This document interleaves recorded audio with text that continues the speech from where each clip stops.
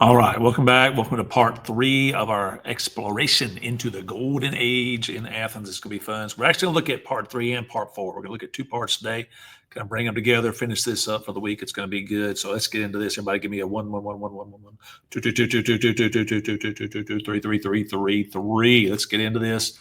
Have your notes together. And remember, you are guessing what goes into the blank as I read through it. So let's begin together. Here we go. It's wartime. So that's right. Athens and Sparta go to war as Athens grew in wealth, prestige, and power. Other city states began to view it with, all right, I like this word, hostility. That's right. So Athens was getting strong. I mean, getting strong. And you know how it is when one person's doing better than others, people start to get jealous. That's right. Ill will was especially strong between the two places, Sparta and Athens. That's right.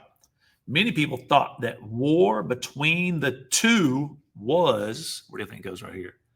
War between Athens and Sparta was, I like this word, inevitable. Great word. Inevitable. Inevitable. Instead of trying to avoid conflict, leaders in Athens and Sparta pressed for a war to begin. That's right. Both thought the others that they could win, as both groups of leaders believed their own city had the advantage. Who do you think would win? You think Sparta would win, or do you think Athens? Pick one out. Pick one out. Here we go. So Sparta, guess what? They are going to be the ones, that's right, to declared war. All right. On Athens in 431 BCE. All right, or BC, 431 years before Jesus. Now, what do we call this war? Y'all should say this right here. Peloponnesian. Everybody say it. Peloponnesian, Peloponnesian, Peloponnesian. You're going to confuse this with the Persian War. Peloponnesian War, I like to think of it as a civil war. All right. So here we go. When the Peloponnesian War between the two city-states began, Athens had the stronger. What do they have? They're going to have a stronger army. That's right. And Sparta, I just lied to y'all. Athens does not have a stronger army. No, no, no, no, no, no, no, no. I made a mistake. Athens has the stronger, where they are, they have the stronger navy. That's right. And Sparta, beating the soldiers that they are, all right, having to deal with the helots and their slaves, all right, they're going to have the stronger army. That's right. And its location inland meant that it could not easily be attacked by sea. All right, there we go. That's kind of our introduction there. All right, so who is the guy that's in charge of Athens? Who is that person? He's still there. All right, start with a P. That's right, Pericles. All right, he's going to have a strategy. Was to avoid land battles, and that's smart because Sparta's got the strongest army. So Pericles' strategy was to avoid land battles with Spartan army and wait for an opportunity to strike Sparta and its allies from where were they going to strike from? From the sea. That's right. Okay, so eventually the Spartans marched into Athenian territory. They swept over the countryside. All right, check out what they did. They did something to the Athens food supply. They walk over there to Athens and they just burn everything. They just burn all their food. So Pericles responded by bringing residents from the surrounding region inside of the city walls. Thought he'd keep them safe. The city was safe from hunger as long as ships could sail into port with supplies from Athenian colonies and foreign states. So they could bring food from other places because they had taken over basically so many places. That's why people didn't like them. All right. In the second year of the war, however, disaster struck. Watch this, y'all. There's going to be in Athens a crazy disease going to break out. We call it the plague. So a plague breaks out. It's not the plague. We'll learn about it at the end of the year, but a plague does sweep through the city, probably because everybody was so close, killing perhaps 1/3 of the population, including their leader, Pericles. That's bad. This great leader that they had. Although weakened, Athens continued to fight for several years. Then in 421 BC, the two sides, worn out by war, guess what they did? They all decided to sign it's when you decide to no longer fight. It's a T word, you might know.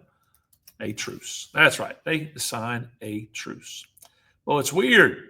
It's not over, y'all. It's not over yet. It's really kind of funny. Check this out. So Sparta, they signed. They shook their hands as a truce with Athens with one hand and a sword in the other because they're coming right back. So the peace did not last long. In 415 BC, the Athenians sent a huge fleet carrying more than 20,000 soldiers to the island of, check it out.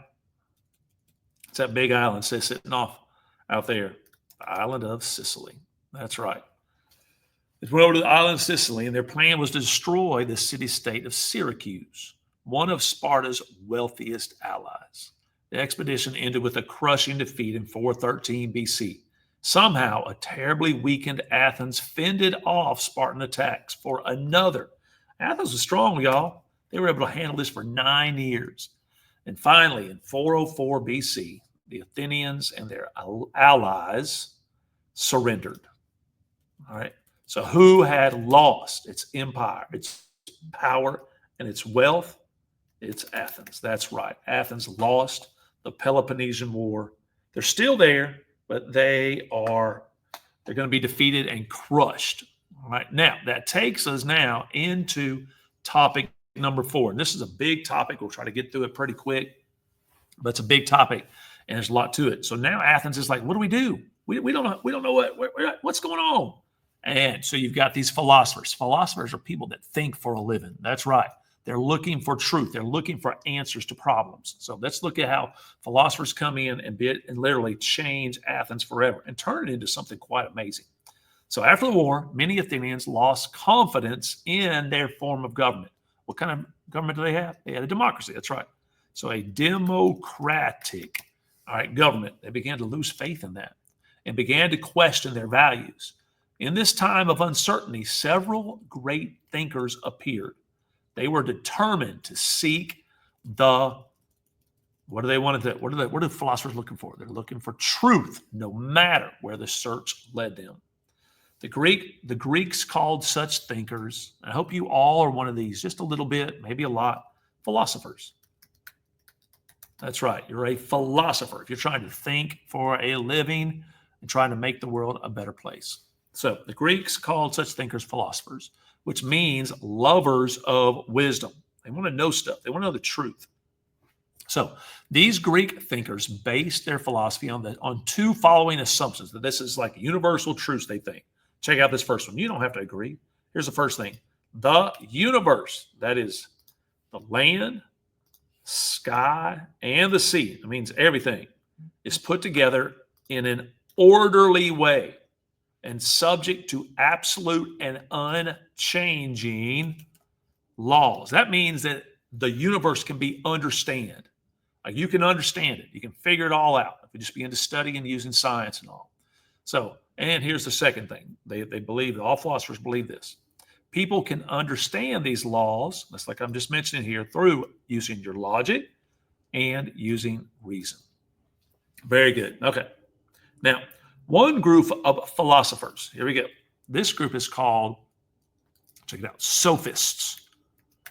The sophists, all right, just the name of a group of philosophers, all right, questioned people's unexamined beliefs and ideas about justice and other traditional values. One of the most famous sophists, his name is Protagoras, who questioned the existence of the traditional Greek, now watch this, gods. He began to question if the gods even existed. That's right.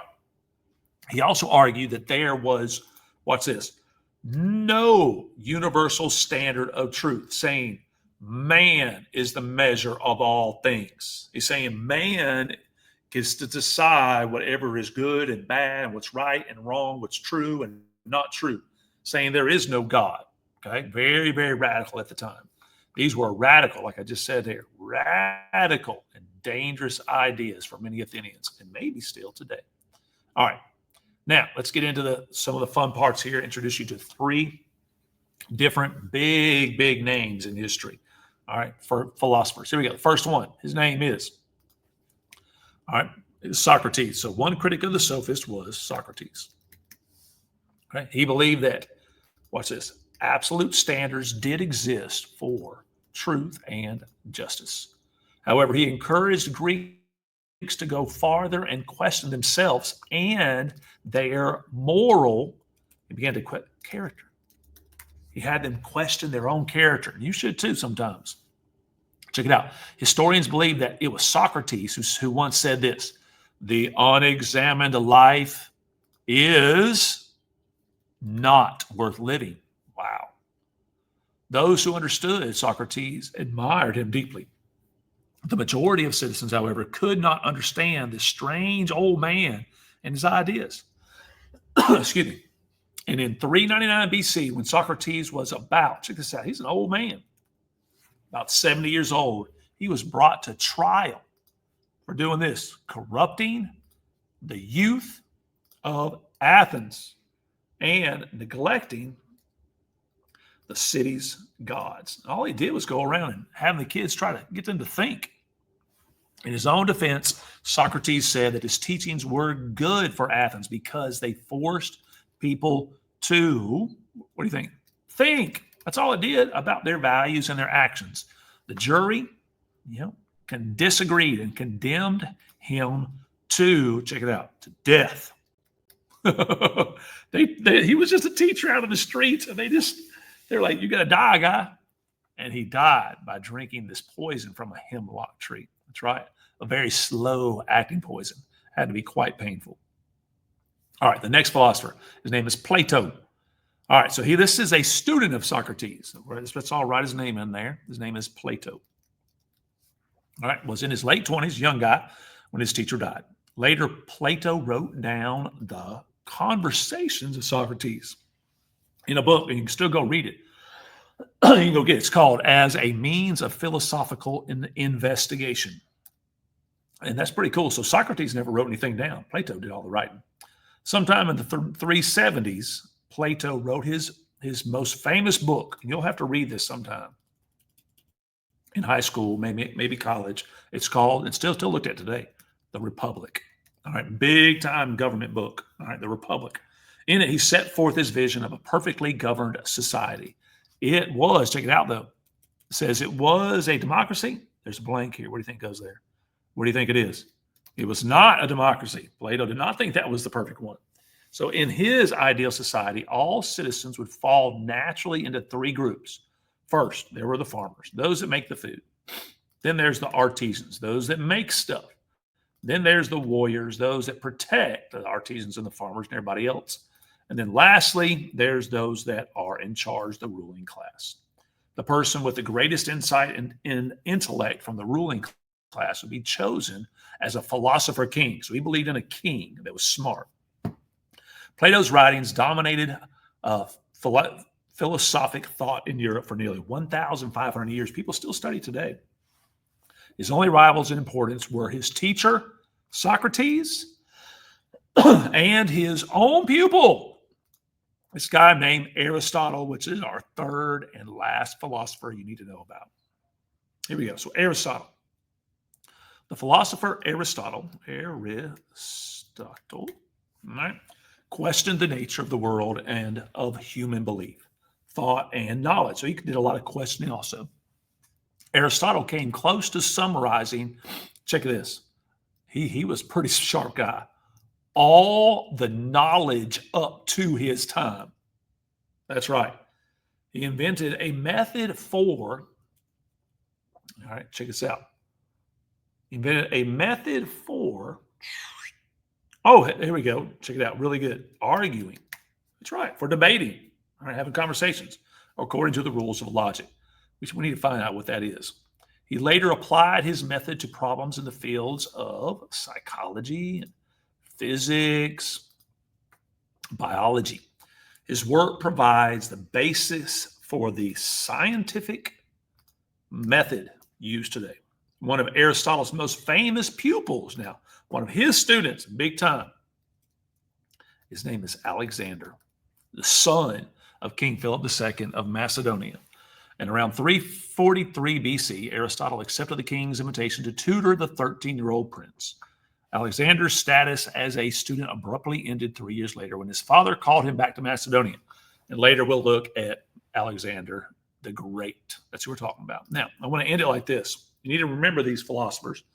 So check out this right here. What I always think about is this acronym, S-P-A. Spells what word? Spa. All right, spa. Now, that's how you can remember who was the teacher, all right, and who was the student. S for Socrates, P for Plato, and A for Aristotle. And you could also just continue on and say spa. So the last of these great philosophers will be Alexander the Great. Our last person we'll study in Greece. All right, y'all. Thanks for watching. I'm losing my voice. That's crazy. Anyways, let's have a good time, and we'll see you on the next video. Bye-bye, everybody.